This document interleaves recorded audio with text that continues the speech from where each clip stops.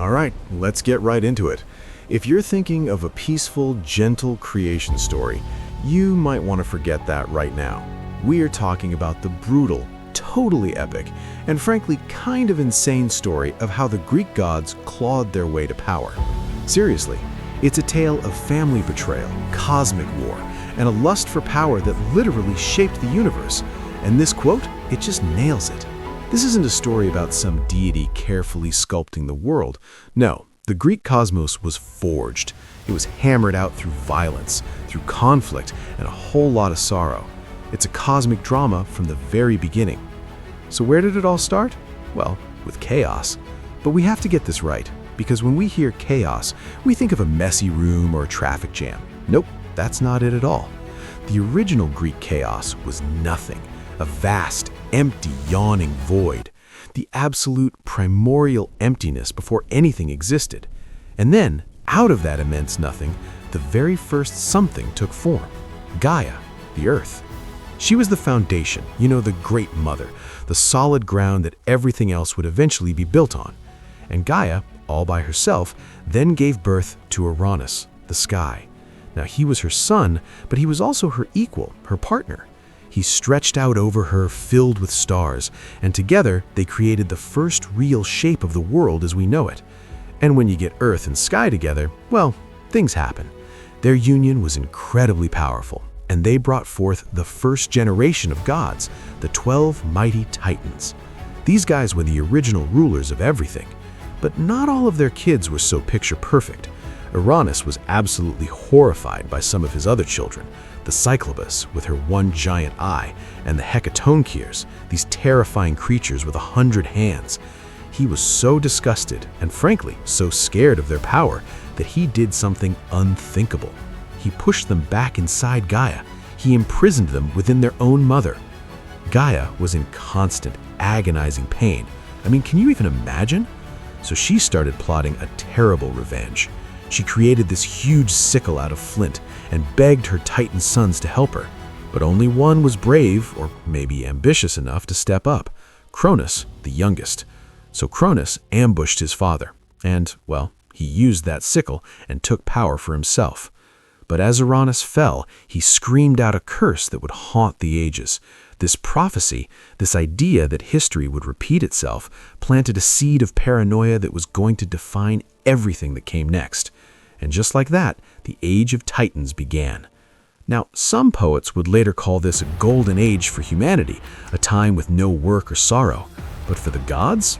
Oh no. For them, it was an era completely ruled by King Cronus' all-consuming fear of that curse.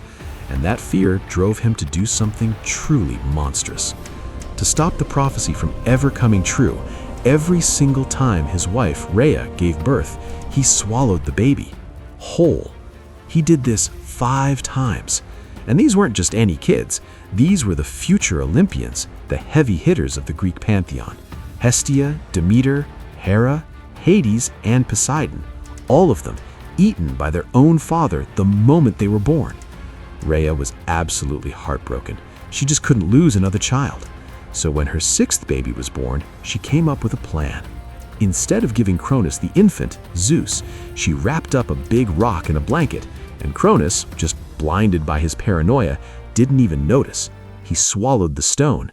Meanwhile, Rhea hid the real baby Zeus away on the island of Crete.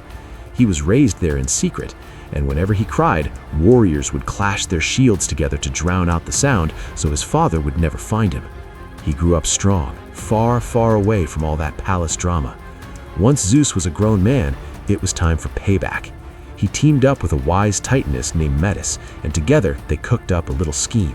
They tricked Cronus into drinking a special potion, and it forced him to vomit up all the children he'd swallowed.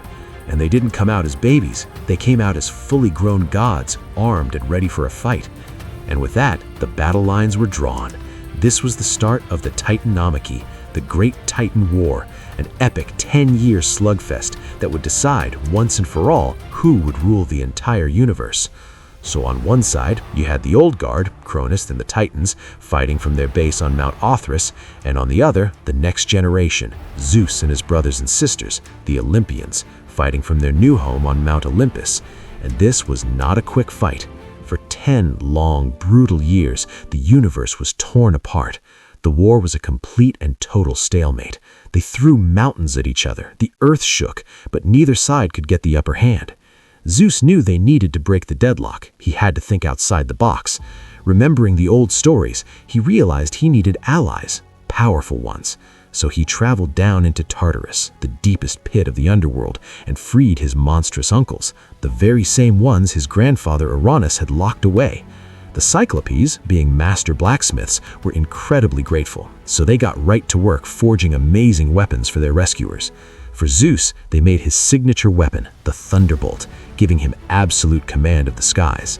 For Poseidon, they crafted the mighty Trident, a weapon so powerful it could shake the very foundations of the earth and stir up the seas. And for Hades, they made the Helm of Darkness.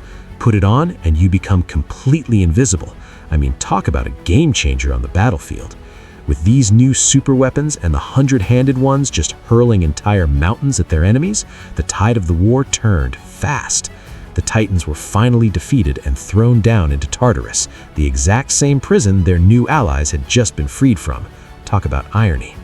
With the war finally over, the three victorious brothers had to divide up the cosmos, so they drew lots.